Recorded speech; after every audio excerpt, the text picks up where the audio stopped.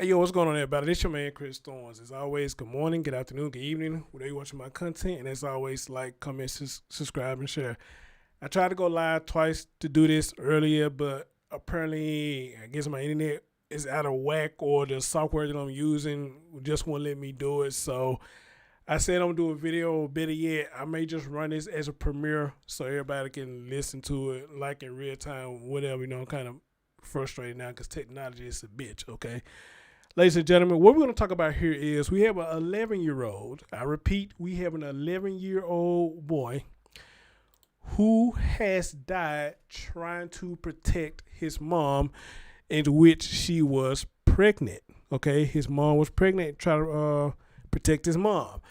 And the person his mom was attacked by was a person she had a relationship with. They saying he was a felony and he was recently let out on parole. Okay, to give you a little bit of it for what I'm reading right now, I'm reading from People, and it says this right here. The young man's name is Jayden Perkins. He had a passion for performing and theater, and he had the lead role in several school plays, including Finding Nemo. All right. And it goes on to say that an 11-year-old Chicago boy is dead after trying to protect his pregnant mother when a convicted felon allegedly attacked them with a knife at their house a day after he was released on parole, authorities said. On Wednesday, last week, at about 8 a.m., the woman was getting her children ready for school. Okay, let me make sure my microphone working. Okay, look like it's working. All right. She was getting ready for school. It says, when Crosetti Brand, he is 37 years old, with whom she had a relationship more than a decade earlier, allegedly showed up at her home and forced his way inside, authorities said at a press conference Friday. During the attack, the boy Jayden Perkins tried to protect his mother, Cook County Attorney Kim Foxx said at the press conference. Jayden and his mother were rushed to the hospital, where the boy died. The woman, who is 8 months pregnant, and her unborn baby are expected to recover. Like it says at Friday's press conference, Chicago Police Superintendent Larry Snelling expressed his frustration over Brand being released on parole after violating his probation multiple times. Ladies and gentlemen, I want to stop it right there, and I want to let some of these clips play. All right? And we'll get into some more after I let some of these clips play. So let me find my clips. All right. And here we go.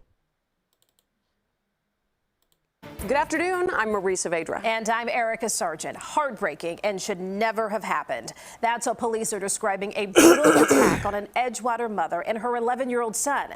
An attack the young boy did not survive. His accused killer now charged. A man who was released from prison only hours before the crime. Our Tara Molina is live for us at police headquarters, pressing for answers about the mother's past pleas for help. And Tara, we have learned that the 11-year-old died protecting his mother. Marie and Erica, protecting his pregnant mother, who we're told is expected to be okay. Police tell us this man has a long history of violence, and this woman has a long history of trying to protect herself from him. Remembering 11-year-old Jayden Perkins. A long history of violence. Put a pin mark in there because I want to speak on that. Put a pin mark in that. A straight-A student here at Pierce Elementary, he loved sports and theater and was known for his infectious laugh. The memorial outside his home growing by the hour. His love for his mother captured in much more than this photograph. According to Chicago police, he was killed Wednesday morning protecting his mother from the man that entered their home in front of his 5-year-old brother. Stabbed in the chest, his pregnant mother stabbed repeatedly and rushed to the hospital with critical injuries. We're told she's expected to recover, and so is the baby. Their neighbors heard screaming and called for help. According to police, they were leaving their home to head to school when Crosetti Brand forced his way into their home. Police were able to track the 37-year-old down within hours of the stabbing. Crosetti Brand is now charged with first-degree murder, attempted first-degree murder, armed robbery, home invasion, and domestic battery. In court today, family members of the boy police say Brand killed charged at him, trying to get through the court barriers to get to him.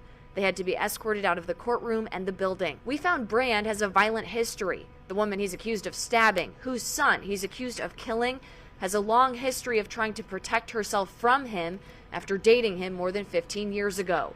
Brand violated orders of protection in place by the woman he stabbed on 3 separate occasions, with the first order of protection in place back in 2005. Brand served more than 8 years for aggravated domestic battery and home invasion. He was paroled this past October, but he started threatening the woman he ended up stabbing, showing up at her home. He was sent back to prison in February.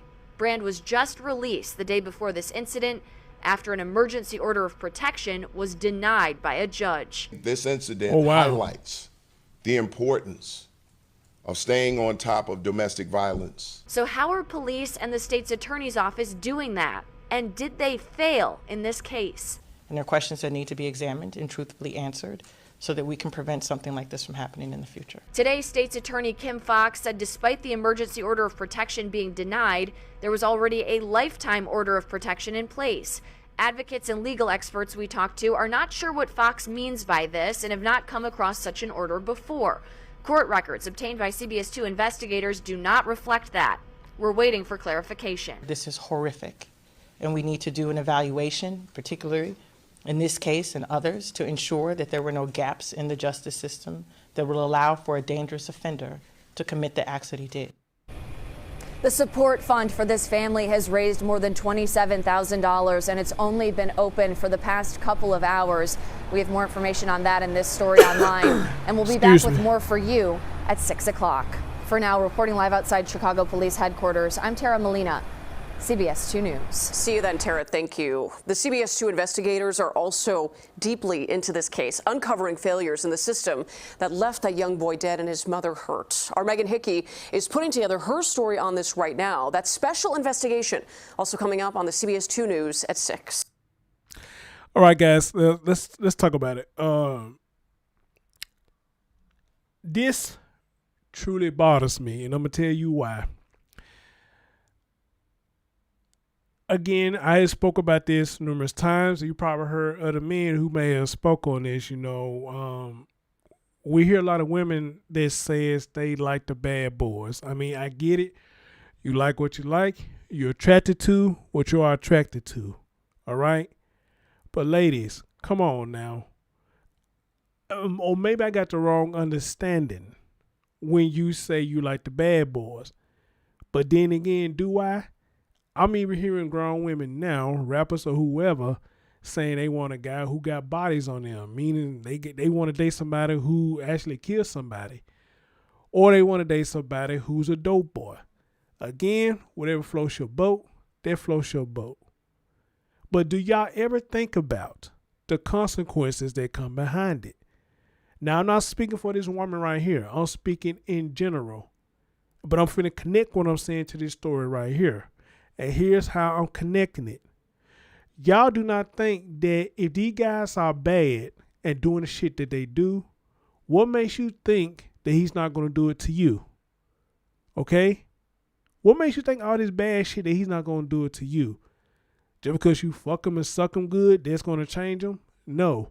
He's still going to be that person until he's ready to change. You fucking and sucking him and doing all this, whatever you call yourself doing and trying to help him out, it's not going to do anything until he changes. Now, to connect this to this story right here, this could be one of y'all who keep running back and forth holler about you like the bad boys. All right? This could be one of y'all I'm talking about. Okay? That's how I'm connecting it to this story. Okay? And then what's the crazy part about it? Y'all have children and you bring these type of men around your children. I do not understand that at all, but maybe it's not for me to understand. But when you got people like me or anybody else talk about it, everybody want to come out and say people hating on them. I don't have no hate for anybody, you know what I'm saying, who want to put their life and their children's life in danger. What I'm hate you for that for? These are choices that you made, not mine. Okay? These are choices that you make, not mine. Versus me, people look at me They ask me, do I smoke or drink? No. Do I go to the parties? Not really. No. Do I go to clubs? No. So dang, you don't do nothing? No, you a square. I'm a square, so you look down at me because I'm considered a square. But a fool like this, he get all the praise in the world. He does. And I think that's truly sad. That is really sad. But anyway, I'm not a woman, so I don't know what it is or what it feels like to have an order against somebody who's constantly fucking with you. Okay? They say it's been going on for a long time. That she had to constantly get protection orders against this dude. Okay? So, I guess one of my questions would be, in this scenario,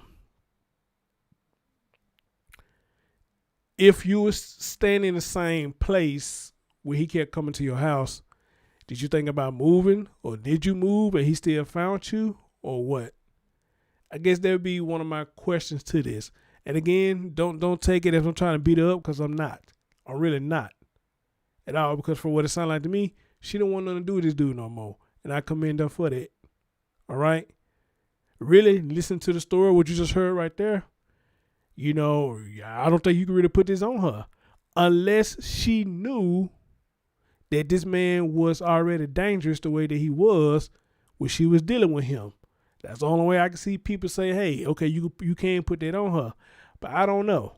I don't know if he was like, if she knew at all, because, you know, people put on the front when they first meet people, okay? But it's just sad when you have children involved, and, you know, like our mindsets is programmed. It's all about mom. A lot of our minds is not programmed to think about the consequences that happened to our dad. A lot of our minds is programmed to, you can't say nothing about my mama. You don't put your hands on my mama. If you do, I'm going to do something to you. I'll whoop your ass. I'm going to kill you or whatever. That's how we program. You know, it's all about mom. But it doesn't seem like we had that same passion when it comes to our fathers. You know? But however, though, the 11-year-old, I guess he did what he felt what he needed to do. He saw that his mom was in danger, and he did what he felt like he needed to do and try to protect his mom from getting hurt. And that's one of the parts that's making me sad about this, because the young man put himself in a position that me personally, I feel like he did not need to be in. Not to saying she put him in that, but then again, some of y'all might say she did put him in that situation. For every reason you feel like that, hey, it is what it is. But I hate that he put himself in that position for this to happen to protect his mom. And not only that, she's pregnant with another child. That's what's really hurt me about this story. And now this young man is gone, trying to protect his mom from what in society will consider a bad boy. Okay? Ladies, you need to take stories like these and take it for what it is. Because this could be anybody. This could have been any woman that this happened to. Listen to stories like these and take it like, okay, then maybe I need to change my way of thinking. Maybe I need to make better choice in men. Okay? Because at the end of the day, you dealing with somebody like this, who y'all like calling bad boys, I see nothing but straight up dark clouds. And especially to the young girls. Because I believe they the main ones be saying it now. They want the bad boys. Well, the old saying goes, be careful what you wish for, because you just might get it. And I'm not saying that to put that jinx on anybody, but that is a true saying. Be careful what you're wishing for, because you just might get it. And in more ways than one, you're going to get it. Okay? So hopefully this story will open up a lot of y'all eyes about the choices that you make. Hell, not even just relationships. The choices that you make by bringing people around your children, period. take a look at a story like this and be like, damn.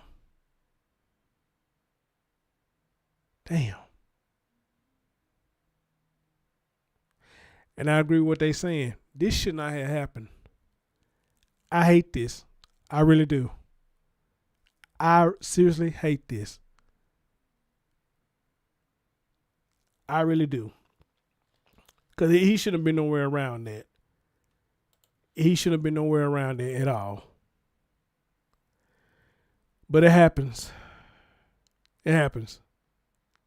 So, guys, to continue to get into more of this, I'm not going to have time to do all this. So, look, so to get into a little bit more of this, and then I'm going to come back probably later on tonight or tomorrow and try to get into some more of this, because it's a lot to speak on. So to get into some more, they say this dude was serving a 16-year sentence for a home invasion, aggravated assault at Stateville Correctional Center, where he was released on parole Tuesday, which was last week. Then the very next day, he goes to this young man's home with his mom.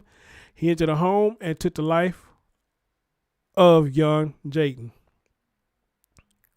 His mom was stabbed multiple times, and she had an order of protection against this offender, they saying. Her 5-year-old son was also present and witnessed this attack. Her 5-year-old son was there. Again, ladies, please. I mean, you might not like to mention, but listen to what's going on. The 5-year-old was there to see this. All right? And this is what y'all claim y'all want in bad boys. And y'all want these bad boys coming in your home and around your children. All right? Hey. A 5-year-old son was also present and witnessed his attack. We had to imagine what the 5-year-old was going to have to deal with the rest of his life after witnessing something so brutal. Yes. And this is why I say, y'all, be careful what you ask. Be careful what you're asking for, because you just might get it. You just might get it. What they say, everything that glitter is not gold. Everything that's supposed to be sugary, if I'm saying this right now, everything that's supposed to be sugary is not sweet. I may be saying that part wrong, some shit like that. But I know this one, the grass ain't always green on the other side. I know that one. See, that's what I'm saying. Y'all say y'all want this, but you're not thinking about what will happen once these foods get in their mold and the damage they can cause. You know, wow. Excuse me. The 5-year-old gonna be traumatized. They said, y'all heard it. He faces a slew of charges, including first-degree murder, attempted first-degree murder, home invasion with a dangerous weapon, unlawful use of a weapon by a felon, and prior violation of an order of protection. Chicago Police Chief Antoinette Ursetti, Ursitti, said in a press conference. He has a history of domestic abuse and was serving a 16-year sentence for a home invasion where he was released on parole in October. The woman had been in a prior relationship with Brand more than 15 years ago and had filed orders of protection against him. In October, he was released on parole and placed on electronic monitors, she said, during the time. He threatened the victim via text and showed up at her home, she alleged. He was sent back to prison in February for this alleged parole violation and released again on Wednesday. Wow. Again, guys, it's going deep, and I just don't have the time to get into all of this. So I just want y'all to just take that little bit right there. Just listen how crazy this is. How crazy this is, man. And why I stress so much. Y'all, even us men, y'all have to, we have to be vigilant when we have children. Now, you somebody who ain't got children, me, you probably can keep your guard down just a little. But I say always keep it up. Because you just don't know what these crazy motherfuckers will do. If it's a woman or a man, you just don't know what the fuck they'll do. They'll smile in your face as soon as you turn around, you know what I'm saying? Your ass is gone. Okay? And this is the way it is. You know, there's really no sugarcoating it, anything like that. This is the way that it is. It's brutal. It's brutal. It's cold out there. And nobody gives a fuck. They don't. I've been hearing some of these women on here, how nasty and vulgar they get about the dudes they with and this, that, and the third. Some of these females moving niggas in with them and all that. I hear all of this on social media, YouTube, Facebook, and all this. And I just be like, wow. I mean, and you proudly sit up here and say this. And you have children. A lot of you have children. You proudly sit up here and tell the world that you let a Negro move in your house and y'all ain't even been dating that damn long. But you would tell people that you let this Negro move in your house while you got children. Okay. But then again, maybe it's me. Maybe I'm just stupid. I'm just dumb. I don't know. But I tell you one thing. Me personally, ain't no female that appointed to me that I'm going to sit up here and threaten her. I'm going to threaten to harm her. I'm going to stalk her, even though somebody try to put that on me. You know. Can't nobody ever say that I did any of this, threaten to hit them, threaten to stalk them, threaten to do anything. Because you know why? It ain't that serious. I understand when somebody say they don't want to fuck with me. I'm not going to press the issue. Okay? So you say you done with me or you block me or whatever the case you may be, you don't want anything else to do with me, no more contact me or whatnot. I know no means no. I leave it alone. Because again, my freedom is more important than to sit up here and have somebody maybe go that damn crazy. Well, I'm going to lose my damn freedom. Okay? But then again, everybody don't think like me though. Everybody had their own way of thinking about stuff. Okay? So, guys, right now I'm just going to leave it at this because, again, it is just so much. It's so much on this story that I just ain't got the time right now. You know, again, like I said, maybe later on tonight I'll probably go live and bring up the rest of the stuff about it, or you can take a look at it yourself, look at everything yourself. But this is wild, man, and this is crazy, and it's going to get worse before it gets better. All right? As always, thank you for listening, and share your thoughts about this. You know, I'm sorry for this young man. You know, I'm more sorry for him. Again, nothing against the mom. I hate this happened to her too. You know, she was doing what she can to protect herself and her family according to the story. So, you know, but y'all know me, you know, hey, my heart goes out to this young man right here, man, because he was doing what he was programmed in his mind to do. You know, that's my mama, so I'm going to do everything to do what I'm going to do to protect my mom. And look where it got him, you know. Anyway, rest in heaven, young man. And my condolences to the family. Guys, stay tuned. I'll catch y'all next time.